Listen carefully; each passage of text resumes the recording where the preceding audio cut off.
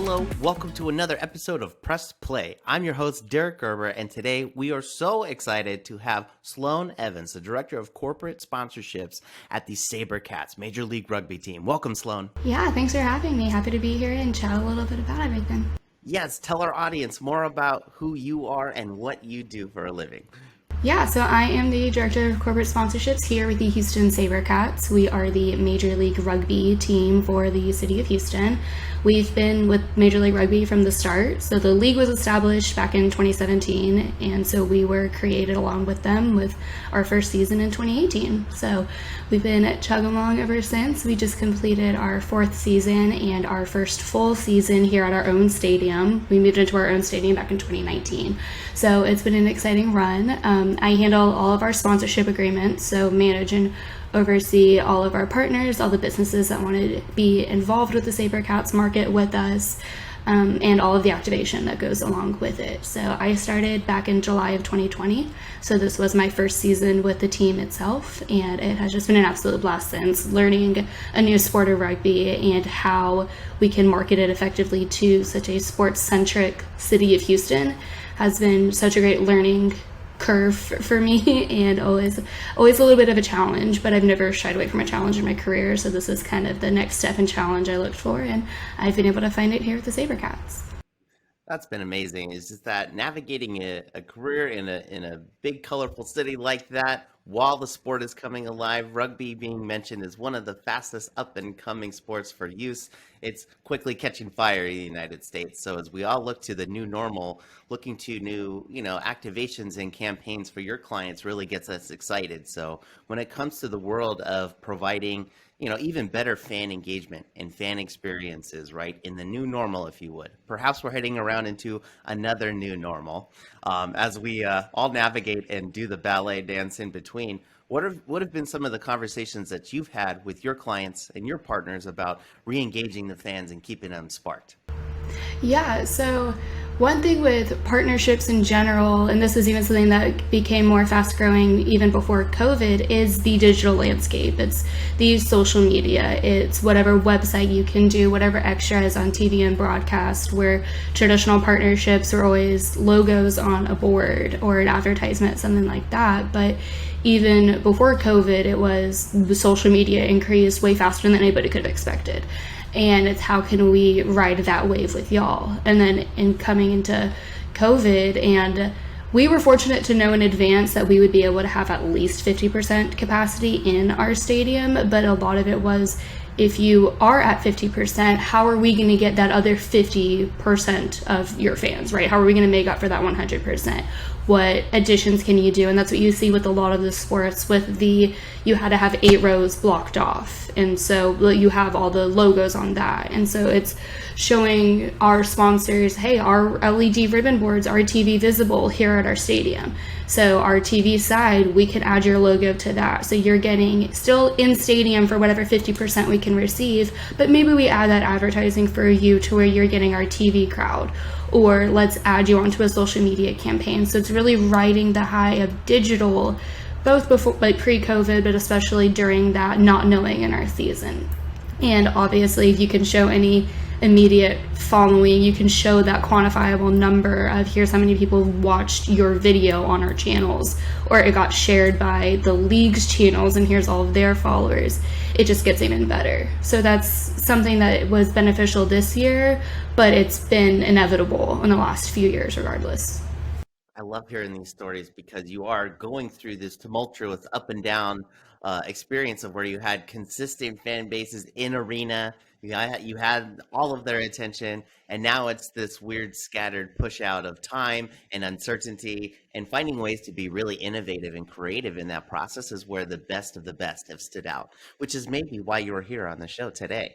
But I love that what you said about your ability to look at what existing properties that you have for other activations and find new ways to bring them to life.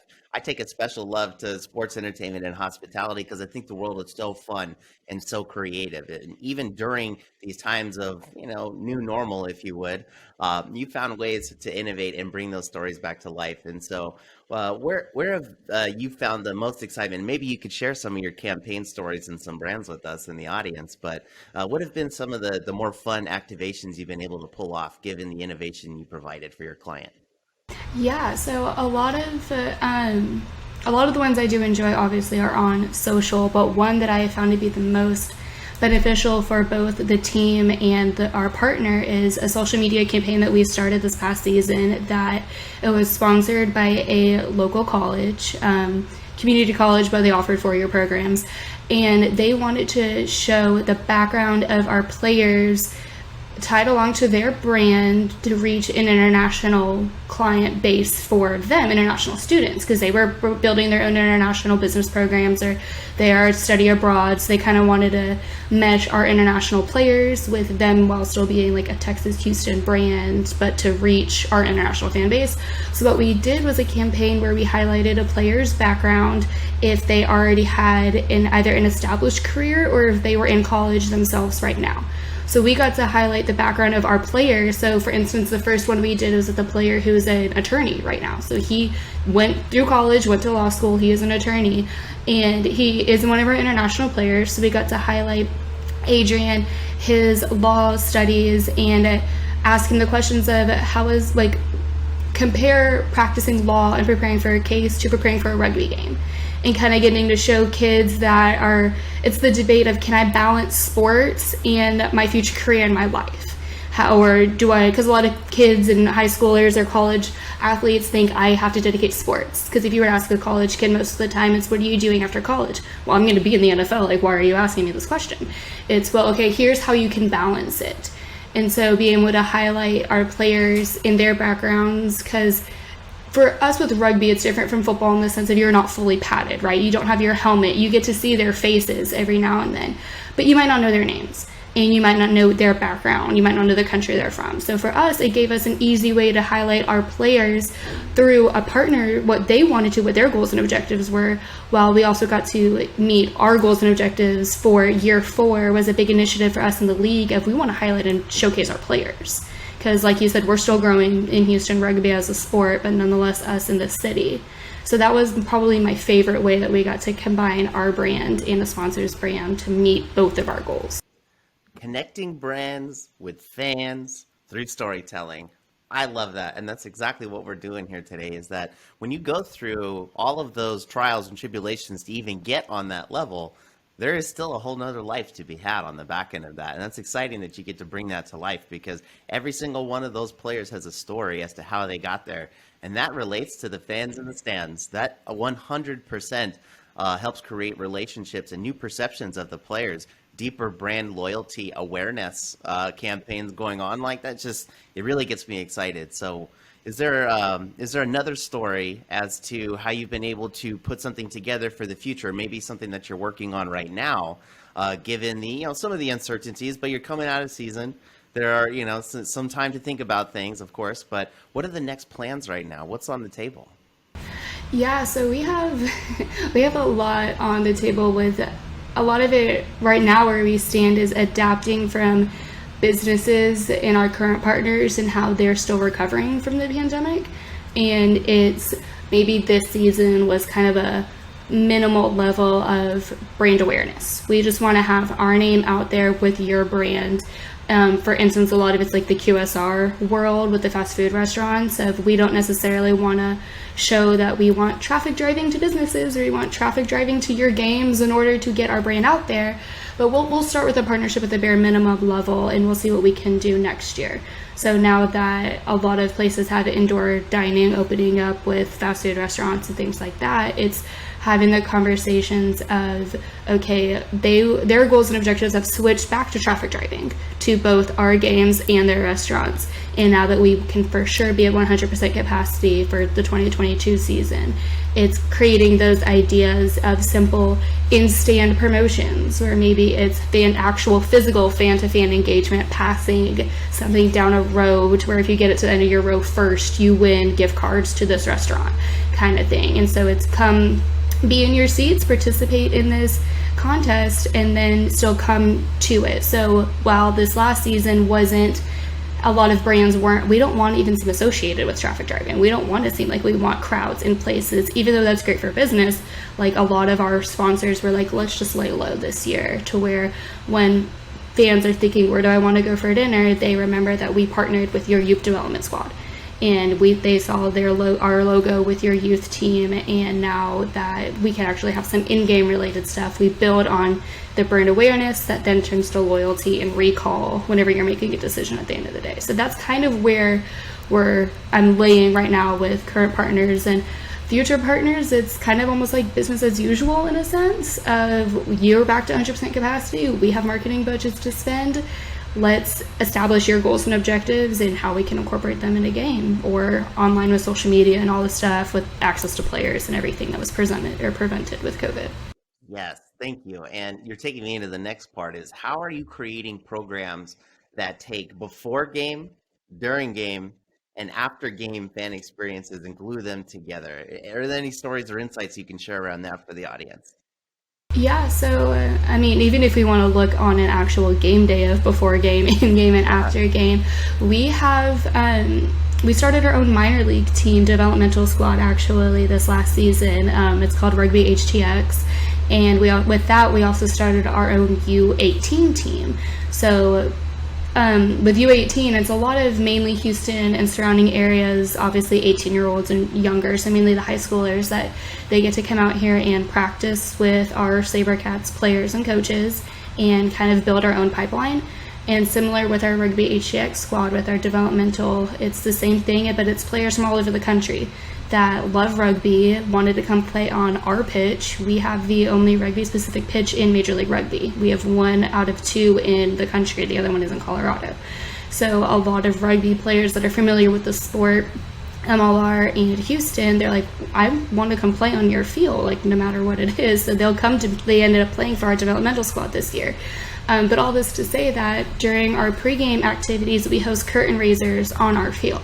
So we will have either the U18 teams playing, our HTX squad playing, or we'll host other local youth clubs, because all the cities have like their private clubs here in the area, will host their own games on our main field.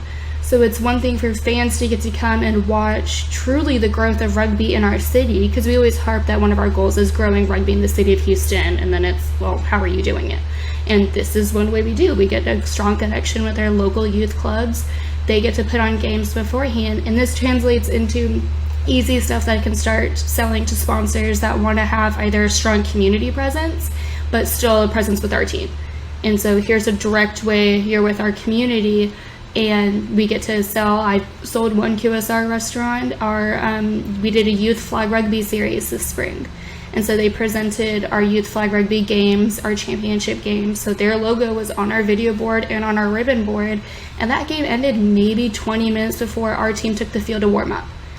So it's kind of like a bonus advertising in a sense for our actual MLR games. So that's a lot of like the pregame, then the transition to in-game, and then after the game, it's highlighting and getting it all on social media and kind of using that digital platform to transition into the future and how it can go to next week's games and so on and so forth. So that's a long-winded example, but also something kind of cool that we're able to do here in Houston to extend those partnerships outside of just our game days.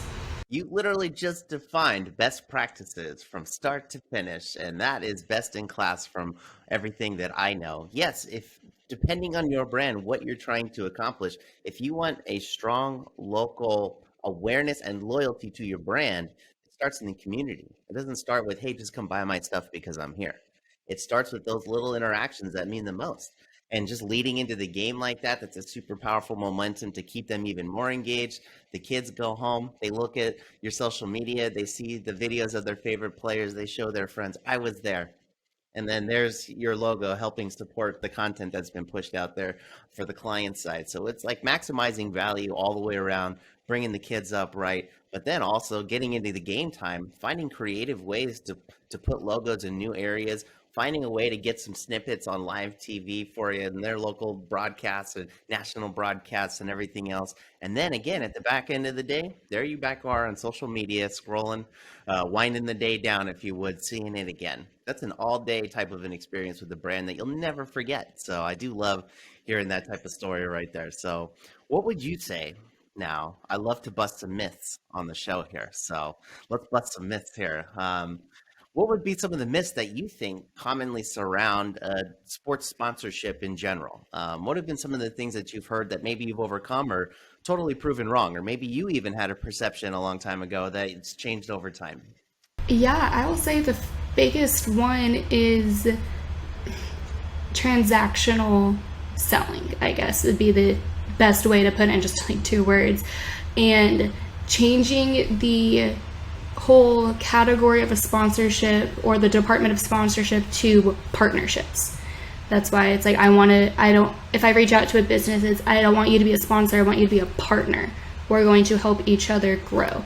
And that it's not a transactional, you give me X amount of dollars and I will put your logo on a billboard in the outfield, right? Or I'll put your logo on our rotating boards. It's how can we truly partner together, and how can we do it where it's not transactional in the sense of it's not just the season, or it's not just in our 2-hour rugby game. It's through either our community or our summer camps with our youth groups, or maybe we have the players that stay in town that are local come visit your business in October whenever we're not in season and people aren't viewing us as rugby isn't a thing. We're in NFL, we're in the MLB World Series world, we're looking forward to the NBA. Rugby isn't on people's radar, but we can still draw attention to our team and your brand. So how do we make it a year-round thing? And I think traditionally, or for me at least, growing up watching sports, I've always loved sports and I've always wanted to be working in the sports world. I didn't realize I wanted to do sponsorships till I was a sophomore, junior in college. But it was, you see their brand and you're like, oh, they paid X amount of dollars to be on the left field Crawford boxes at Minute Maid Park. But you don't really realize all the other connections around it. And so for me, my biggest goal entering this world was, how do I help businesses while also helping our team? So it's all the whole getting creative and finding, I always get back to goals and objectives, but at the end of the day, you're trying to help a business benefit, get their return on investment, all those buzzwords, while also helping the team, not just on yes, the cash investment is great, but can we mutually grow our brands? And for us being still new in Houston, it's finding those brands that can also help us grow, whether it's the local popular sports bar that can host all of our watch parties that people are going to be at on a Saturday night regardless, but then they get to see rugby. See, all I've heard during this whole interview is all about building relationships that matter. So that first myth right there, that it's all just some transactional business, you throw money over the wall and things happen, that's not true.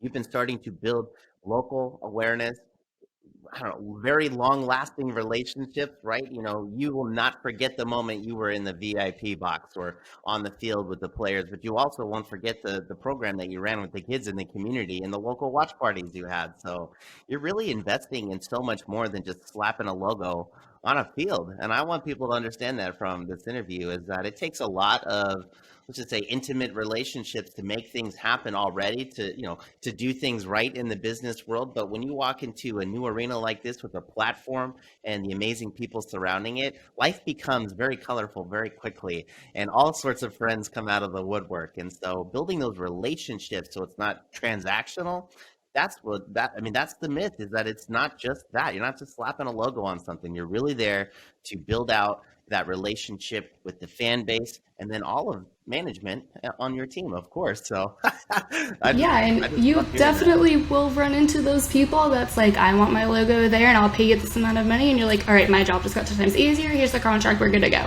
But you don't always run into that, and that would be not the ideal way, I guess, of doing it.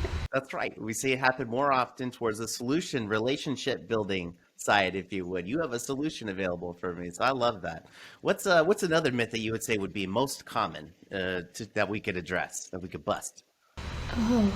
I would say that, and I guess this maybe goes to the first one, is that it's easy in the sense of the time, right? Like, a lot of people think that it can be a quick turnaround or a week-long relationship or conversation that will turn into a sponsor the next day. And it kind of goes back to the relationship building, not necessarily in the transactional sense, but from, even if it's a local mom and pop shop, they're trusting you with their marketing dollars. And so you have to establish that relationship and show them why it's worth it. It's not easy to get a quick yes, no matter how big or small you are. Because people see it as, well, we're a professional sports team. Why would they not want to sponsor with us? And it's absolutely, and we can make their budgets work at the end of the day, but it's still a big decision. And we do have to show people that it is a good fit and that it's right for everybody. And so I think that's the biggest thing. Is it takes, years for some partnerships to come into fruition. One example, not for us, but we just saw obviously the Saints and now have Caesars instead of Mercedes, right? But for their stadium rights. But that turned, reading about it, this has been years in the making. So they had to know years in advance that one, Mercedes wasn't returning, but two, that they had to find a brand and build that dynamic, because that is hundreds of millions of dollars that people are having to spend. And so even us while we're still professional, we're obviously at a smaller professional level, but trying to show people that their money they'll get what they're spending, they'll get what it's worth. And so time is not always your friend, but it's not a quick turnaround, and you can have as many touch points as you want, and you can push as many deadlines for activation. If you do want your logo out there by game 1, unfortunately we do need to have an answer by this date, and it just doesn't work that way. That's right. And that's well said, because basically it's not just turnkey, you just show up and it's ready 24 hours later. We just spent this whole segment talking about building relationships. So if you're just there to put a logo on something, that's one story. But if you're trying to do it right and you're trying to build that fan base and build yourself out in the community, just like the Saints and the Caesars examples you gave us, that was a strategic business decision. Yes, it costs money, but what's going to be the effect of that branding in the local community? Every time that you talk about the stadium now, you're going to hear that on a worldwide scale. So I think how you look at it takes me into my third myth that I want to talk about specifically, because I know you've dealt with it, but pricing. People think it's really expensive. When you talk about even making explainer videos like Explainify does, oh, I could make videos for $500. Good for you. You should go do that. We don't do that. We do custom animated premium videos, and that's meant for people who want to have that type of look on their brand. And so the world's largest brands trust us for that type of experience that we have. So when I come to you and I'm looking at getting involved in the community and I want to build those relationships up and build our brands together, tell me more about busting the myths of price and how you've been a little creative and flexible to provide even more value for everybody. Yeah, price that's a great point. One, I will say and again, it goes back to partnerships, right? I always try to build a very well-rounded package around what people are interested in. So if let's say they came out to a game just to see what branding and advertising looks like for a game day, and they come back to me and say, I like how that logo was here on your replays, and I like the ribbon boards, but maybe I don't have ribbon board money, but I also like that they got a setup over here in your stands. So what can I do but for X amount of dollars? And I'll be like, all right, to be quite honest, your budget doesn't necessarily meet my rate card, because I have an informal rate card I like to try to work off of. But that's why partnerships and packages often like to work. And so it's maybe you can get 4 games, you get your logo here or there, and kind of maneuvering around it. But it's a common misconception that pro sports, I need to have millions of dollars established in it. And it's, okay, even if you only have 10 or 15, here's how you can effectively be into our game days and kind of going around it. But one instance we actually had with pricing yesterday, it's not necessarily sponsorship related, but it's in relation to a sponsor we have. It's a local convention and visitors bureau. They're bringing in a flag football tournament that they're wanting to host within the city, but we own our stadium. And so one benefit that we have of owning our stadium is we get to host external events that aren't our rugby games. So we're hosting, the AFFL is hosting their tournament here throughout the rest of the month, starting this weekend or next weekend, the next 3 weekends throughout the end of August.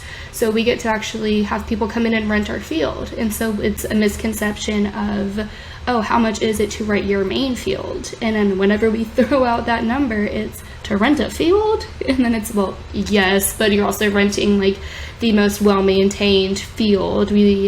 one, like if it's rugby, it's the only rugby specific pitch in MLR, the second in the country. Like, here's all this value behind it. But so that was just one instance that we had recently with it. But it's a lot of the misconception or the myths for pricing. We have to go in the back end and, like you said, kind of show that value. So for any in-stadium signage, but I specifically keep referencing our ribbon boards because they are TV visible. Well, we have a partnership with AT&T Sportsnet here in Houston, but it reaches throughout 5 different states, Texas and surrounding, that you get that on our broadcasts. You get it for all of our fans that are inside of the stadium. And recently, the MLR partnered with the Rugby Pass to create the Rugby Network, which is a website that is our own OTT platform, essentially. And so we stream all of our games. If they're blacked out locally because we're on AT&T Sportsnet, it's still streamed internationally. But then all of our games live on the Rugby Network, similar to like an ESPN Plus type. So I could go in today and still watch our home opener on March 20th and still see every brand that rotated on that ribbon board. And so you're not just paying for, like, yes, that price is high, but you're not just paying for the 2 hours that fans get to see it in the stadium.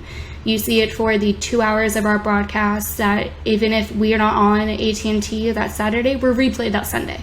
So then it's on 2 hours that Sunday for whatever restaurant or sports bar is showing it for their Sunday night viewers and anyone at home. And on the Rugby Network for all of our international people. So, like, if we're being honest, the price is valued so much higher, but we'll give it added in-stadium value and kind of find a way to make it work. So it's back and forth on pricing of, oh my gosh, you're so expensive, but here's all the value I can show you that it's worth it. Or we're professional, but we're not the other local professional teams when it comes to our pricing.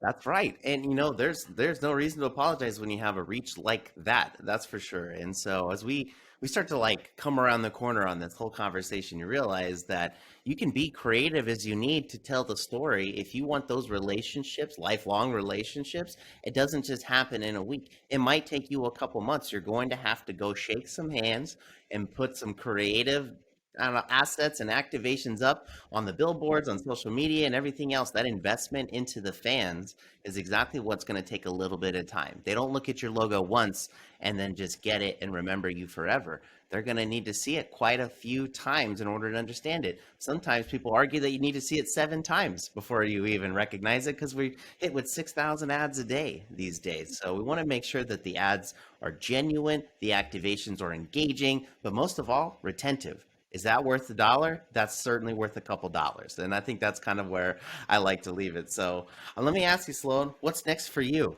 What are you excited about coming around the corner here? And what's new for the SaberCats coming up if we want people to get involved with your platform? Yeah, so one big thing for us is we recently hired a new director of rugby, Heineke Meyer. He is from South Africa. And so that is a huge benefit for us wanting to grow our rugby teams, or like I mentioned, our developmental squads with HTX and our U18 teams. He will oversee all of our rugby growth from the SaberCats to HTX to U18, but he'll also bring that strong knowledge of the South African rugby. He was the head coach of the South African rugby team in the Rugby World Cup back in, I think, 2015. And so that insane level of experience is going to be it's a strong benefit for us, and it'll help us get to the trajectory that we want. We'll enter 2022 having our last 2 home games for 2021 broke our stadium attendance records. So even still during COVID and building the new sport of rugby in Houston, we can kind of the only place we have is up. Is we ended the season stronger than pre-COVID season numbers. And that's just, it's mind-blowing that we grew so strongly still during a pandemic. And obviously, fingers crossed and knock on wood that 2022 will continue to lead towards 100% capacity and growing bigger and stronger. So our off season is really just keeping that momentum going and still informing people of the sport of rugby and who we are within Houston. We're able to get out into events again and bring our players that are local to these events. So you'll be able to have one-on-one interaction with the Sabercats and our players, and then just kind of keep it rolling as players return. Our international players should return end of November, December, and we'll transition into preseason and have hopefully the first week be around the second weekend of February. So we're excited just to keep it rolling. It's all about just making progress and making progress together, as we're all in this together. So there's no hiding, which is a part of the inspiration of this show. It's how people are finding their way through the new normal, through content, through video mainly, but really all of this has been about storytelling and relationship building, and that's what I love. So thank you so much, Sloane, for joining us on the show. We'd love to have you again in the future. For the audience, please click subscribe, like it. Come on, follow us, build the following, build the fire, support Sloane here. But again, I've been your host, Derek Gerber, on behalf of Explainify. Talk to you soon. Thank you so much.